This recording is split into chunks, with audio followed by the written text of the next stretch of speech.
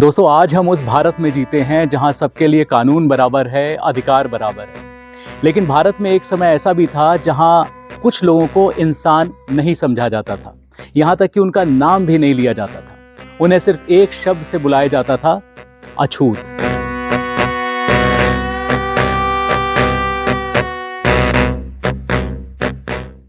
दोस्तों, आज हम उस पीड़ा की यात्रा को समझेंगे जिसे हमारे पुरखों ने झेला, पीढ़ी दर पीढ़ी, सदियों तक। दोस्तों, अब एक गांव की कल्पना कीजिए जहां पर तालाब है, कुआं है, स्कूल है, मंदिर है, लेकिन ये सिर्फ ऊंची जाति वालों के लिए।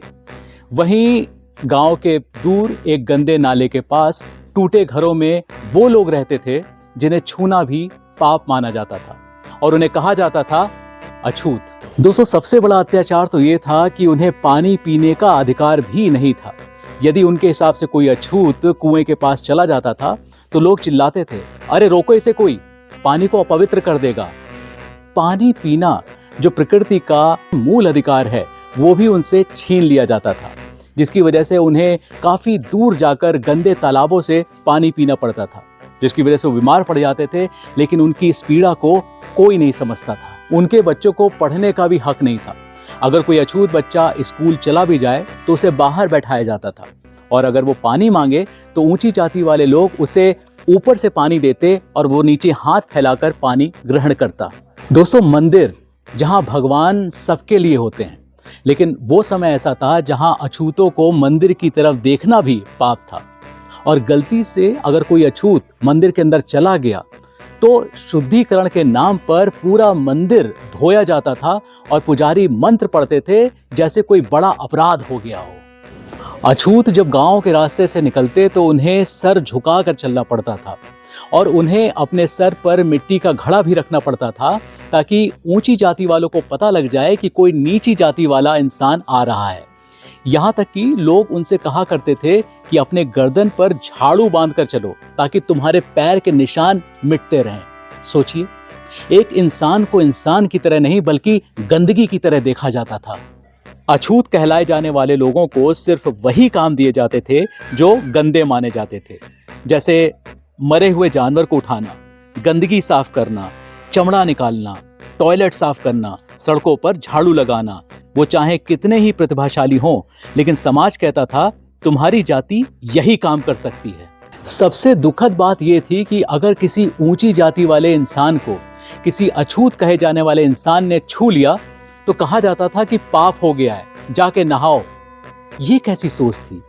एक इंसान को छूना गुनाह कैसे हो सकता है? दोस्तों, इतिहास गवाह है कि अछूत कहे जाने वाले लोगों को कई बार सिर्फ इसलिए पीटा गया, अपमानित किया गया क्योंकि उन्होंने ऊंची जाति वाले लोगों के साथ बराबरी की बात कर दी। अरे कई जगह पर तो उनके घर तक जला दिए जाते थे, औरतों के साथ अत्याचार होता था और पुरुषों को पूरे गांव के सामने अपमानित किया जाता था। एक इंसान को अछूत कहने वाले और उनके साथ बुरा व्यवहार करने वाले लोगों को इस बात का अंदाजा तक नहीं था कि सदियों से चली आ रही अमानवीय जंजीरें अब इतिहास बनकर टूटने वाली हैं। हुआ कुछ यूं कि एक छोटा बच्चा था जो स्कूल के बाहर बैठकर पढ़ता था क्योंकि उसे अछूत समझा जाता था। प्यास लगती थी मगर वो कुएं का पानी नहीं पी सकता था। एक दिन उसने अपने पिताजी से कहा, पिताजी, अगर ये दुनिया मुझे बराबरी का दर्जा नहीं देगी तो एक दिन मैं ऐसी दुनिया बनाऊंगा जहां सब बराबर होंगे। यही बच्चा बड़े होकर भारत के सबसे शिक्षित व्यक्तियों में शामिल हुआ और वो व्यक्ति थे डॉक्टर भीमराव अंबेडकर, जिन्होंने जीवन भर सिर्फ इसलिए संघर्ष किया ताकि किसी बच्चे को वो दर्द ना झेलना पड़े जो उन्होंने बचपन में सहा था।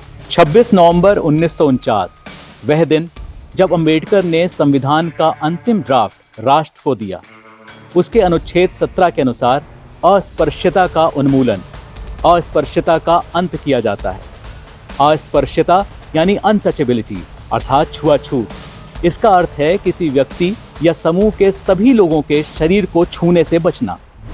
अब अनुच्छेद 17 के अनुसार ऐसे व्यवहार को दंडनीय अपराध माना जाएगा, यानी सदियों पुरानी बेड़ियां उस दिन टूट गईं। दोस्तों, आज भारत बदल चुका है। सबके लिए कानून बराबर है, सबके लिए अधिकार बराबर है। लेकिन इतिहास का वो अध्याय हमें आज भी याद दिलाता है कि किसी भी इंसान को उसके धर्म, जाति, रंग या जन्म के आधार पर छोटा नहीं समझना चाहिए। जिस दिन समाज अपने सबसे कमज़ोर लोगों का सम्मान करना सीख जाता है, उस दिन वो समाज सच में महान बन जाता है।